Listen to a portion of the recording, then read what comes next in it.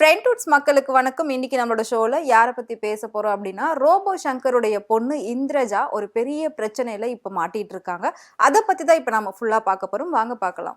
Robot Shankar வந்து விஜய் டிவில ஒரு பெரிய காமெடி ஷோல வந்தவர். இன்னைக்கு பல படங்கள் பண்ணி பிரபலமானவர் அப்படின்னு சொல்லலாம். அவரோட காமெடி, அவரோட டான்ஸ் இதெல்லாம் பிடிக்காதவங்க யாருமே இருக்க முடியாது. அவரை பார்த்து சிரிச்சவங்க லட்சக்கணக்கான பேர் அப்படின்னு சொல்லலாம். ஏன்னா அந்த அளவுக்கு கஷ்டப்பட்டு குடும்பத்துல இருந்து இந்த அளவுக்கு மேல வந்திருக்காரு அவரு அப்படின்னு சொல்லலாம். அது மட்டும் இல்லாம இன்னைக்கு இருக்கக்கூடிய பல முன்னணி நட்சத்திரங்களோட சேர்ந்து நடிச்ச ஒரு காமெடி நடிகனா வந்து ரோபோ சங்கர் இருக்காரு. அவரை தொடர்ந்து அவரோட மனைவியும் பாத்தீங்கன்னா நிறைய சீரியல்ஸ் எல்லாம் பண்ணிட்டு இருக்காங்க. இப்பவும் பண்ணிட்டு இருக்காங்க. ஷோஸ் எல்லாம் நிறைய பண்ண ஆரம்பிச்சாங்க. அவங்கள தொடர்ந்து அவங்களோட பொண்ணு இந்திரஜாவுமே பாத்தீங்கன்னா பிகில் அப்படிங்கிற ஒரு படத்துல வந்து விஜய் கூட நடிச்சிருந்தாங்க. அதுல இருந்து அவங்க பயங்கர ஃபேமஸ் ஆயிட்டாங்க. நிறைய ரியாலிட்டி ஷோல எல்லாம் அவங்க வருவாங்க. அதையும் பார்த்து ஆடியன்ஸ் எல்லாருக்குமே வந்து ரோபோ சங்கரோட ஃபேமிலியவே ரொம்ப பிடிக்க ஆரம்பிச்சிருச்சு. அதுக்கப்புறம் அவங்களோட ஃபேமிலியில என்ன பண்ணாலும் அதை யூடியூப்ல வந்து டெலிகாஸ்ட் பண்ண ஆரம்பிச்சாங்க. அதையும் மக்கள் வந்து பார்க்க ஆரம்பிச்சாங்க, ரசிக்க ஆரம்பிச்சாங்க, அவங்களே ஃபாலோ பண்ண ஆரம்பிச்சாங்க அப்படின்னு சொல்லலாம். இந்த அளவுக்கு நல்ல ஒரு வளர்ச்சி அடைந்து போய்கிட்டு இருந்த இவங்க திடீர்னு பாத்தீங்கன்னா ரோபோ சங்கருக்கு உடம்பு சரியில்லாம ஆச்சு, மஞ்சக்காமால அப்படின்னு சொன்னாங்க. அவ்வளோ பெரிய உடம்பா இருந்தவர் திடீர்னு பாதி உடம்பா ஆகி வந்தாரு. இவர் பொழைப்பாரா மாட்டாரா அப்படின்னு சொல்லி நிறைய பேர் வந்து பேசிட்டு இருந்தாங்க அந்த காலகட்டத்துல. அவங்களோட மனைவி அவ்வளோ அளவுக்கு அவரை பார்த்து இன்னைக்கு ரெண்டு பேருமே வந்து நல்லபடியா தேத்தி கொண்டு வந்து வச்சிட்டு இருக்காங்க. இந்த அளவுக்கு ஃபேமிலியே நல்லபடியா அவர் பார்த்துட்டு இருக்காரு. இது எல்லாமே நமக்கு தெரியும். இதை தாண்டி இந்திரஜாவோட கல்யாணம் பெரிய அளவுல பேசப்பட்டது. ஒரு செலிபிரிட்டியோட கல்யாணம் எந்த அளவுக்கு பேசப்படுமோ அதே மாதிரி இந்திரஜாவோட கல்யாணம் அவ்வளோ அளவுக்கு பேசப்பட்டது. இந்திரஜாவுமே பிகில் படத்தை தொடர்ந்து அடுத்த ஒரு 2-3 படங்கள்ல நடிச்சாங்க. இருந்தாலும் பிகில் படத்துல இருந்து அந்த பேர் வந்து மற்ற படங்கள்ல அவங்களுக்கு கிடைக்கல. அப்படி இருக்கும்போது தன்னோட அம்மாவோட தம்பி தாய் மாமனையே கல்யாணம் பண்ணிக்கிட்டாங்க இந்திரஜா. அவரோட பேர் வந்து கார்த்தி. இவங்க 2 பேரும் சேர்ந்து நிறைய சோசியல் சர்வீஸ்லாம் வந்து பண்ணிட்டு இருந்தாங்க. ஆல்ரெடி கார்த்தி வந்து தனியாவே சோசியல் சர்வீஸ் பண்ணிட்டு இருந்தாரு. இப்ப 2 பேரும் சேர்ந்து பண்ண ஆரம்பிச்சிருந்தாங்க. நான் சொன்ன மாதிரி செலிபிரிட்டி கல்யாணங்கள் எந்த அளவுக்கு பேசப்படுமோ அதே அளவுக்கு இந்திரஜாவோட கல்யாணம் பேசப்பட்டது. ஏன் அப்படின்னா அதை வந்துட்டு இன்னொரு தனியார் யூடியூப் சேனல் வந்து ரைட்ஸ் வாங்கிட்டாங்க. ரைட்ஸ் வாங்கிட்டு அவங்களோட கல்யாண பிளவுஸ் டிசைன்ல இருந்து, ஹேர் ட்ரெஸ்ல இருந்து, மேக்கப்ல இருந்து இன்ச்சா எடுத்து டெலிகாஸ்ட் பண்ணிக்கிட்டு இருந்தாங்க. கல்யாணம் மதுரையில நடந்தது, ரிசப்ஷன் சென்னையில நடந்தது. ரெண்டுத்தையும் அவ்வளோ பிரம்மாண்டமா கொண்டு போய் மக்கள் கிட்ட சேர்த்தது அந்த தனியார் யூடியூப் சேனல் அப்படின்னு சொல்லலாம். ஏன் அப்படின்னா அந்த அளவுக்கு அந்த யூடியூப் சேனல் வந்து இந்திரஜாவை பெரிய அளவுல போர்ட்ரேட் பண்ணி காட்டிட்டாங்க அப்படின்னு சொல்லலாம். அதுல இருந்து இப்ப வரைக்கும் இந்திரஜா என்ன பண்ணாலுமே வந்து அதை வீடியோவா போட்டு அதுல இருந்து காசு சம்பாதிக்கிறாங்க அப்படின்னு சொல்லி நிறைய நெட்டிசன்கள்லாம் சொல்லிட்டு இருந்தாங்க. இதுக்கு நடுவுல அவங்களுக்கு வந்து கர்ப்பமாகி குழந்தையும் பிறந்தது. கல்யாணம் ஆச்சு, அடுத்த உடனே அவங்க வந்து கர்ப்பமானாங்க, அடுத்து குழந்தை பிறந்தது. அந்த வீடியோ கூட யூடியூப்ல பயங்கர வைரல் ஆச்சு. அதுக்கப்புறம் அந்த குழந்தைய கொண்டு போய் கமல் சார் கிட்ட காட்டி அவர் வந்து பேர் வச்சிருந்தாரு, நட்சத்திரன் அப்படின்னு பேர் வச்சிருந்தாரு. அதுக்கப்புறம் குழந்தையோட ஃபேஸ் ரிவீல் பண்றதுன்னு சொல்லி அதை ஒரு வீடியோவா போட்டாங்க. இந்த மாதிரி ஒவ்வொன்றுத்தையும் வீடியோவா போட்டு சம்பாதிக்கிறாங்க அப்படின்னு சொல்லி ஒரு சிலர் சொல்லி இருந்தாலும் இன்னும் ஒரு சிலர் வந்து அவங்கள ஃபாலோ பண்ணதான் ஆரம்பிச்சாங்க, அவங்கள ரசிக்க தான் செஞ்சாங்க, இது எல்லாத்தையும் பார்க்க தான் ஆரம்பிச்சாங்க. இதெல்லாம் பார்க்க போடுறதப்ப அவங்க வேலை தானே அப்படின்ற மாதிரி ஆயிடுச்சு.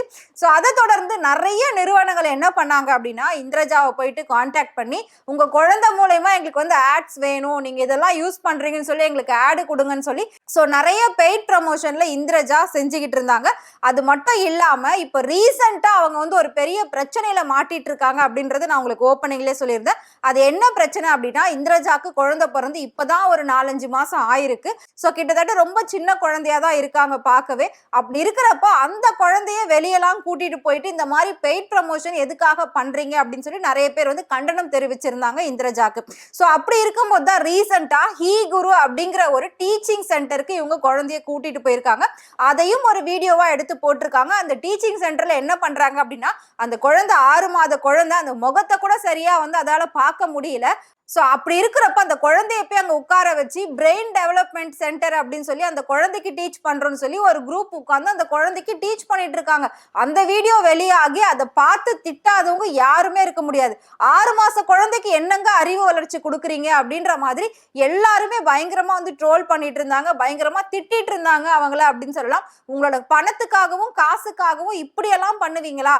நீங்க ஆடுங்க பாடுங்க, அதை வீடியோவா போடுங்க, மக்கள் ரசிக்கட்டும், அதை வச்சு சம்பாதிங்க, அதை விட்டுட்டு இப்படி ஒரு 6 மாச குழந்தைய வச்சு எதுக்காக இப்படி சம்பாதிக்கிறீங்க?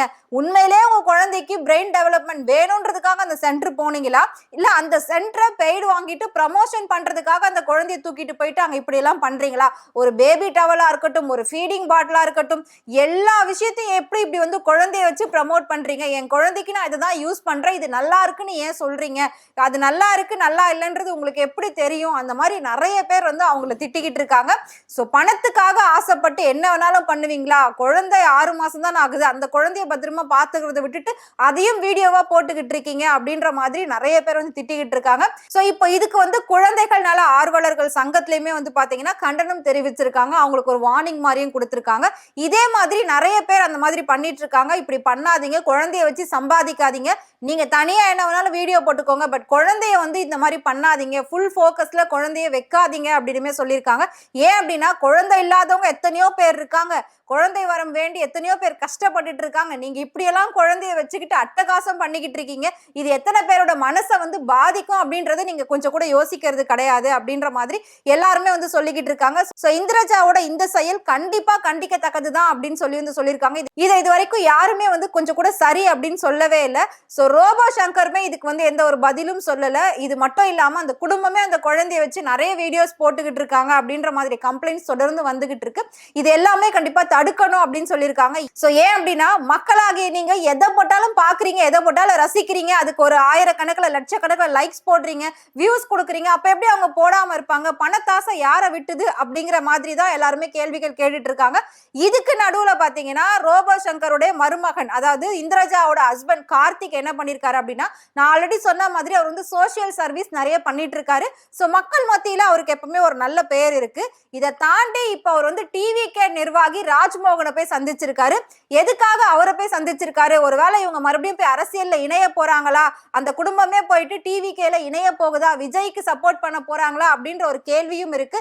இதுவும் பணத்தை நோக்கி போகுதா அப்படின்ற மாதிரியான ஒரு கேள்விக்குறி மக்கள் கிட்ட ரொம்ப அதிகமா இருந்துகிட்டு இருக்கு. பட் அவர் போனது பிறந்த நாள் வாழ்த்து சொல்றதுக்காக தான் போயிருக்காரு.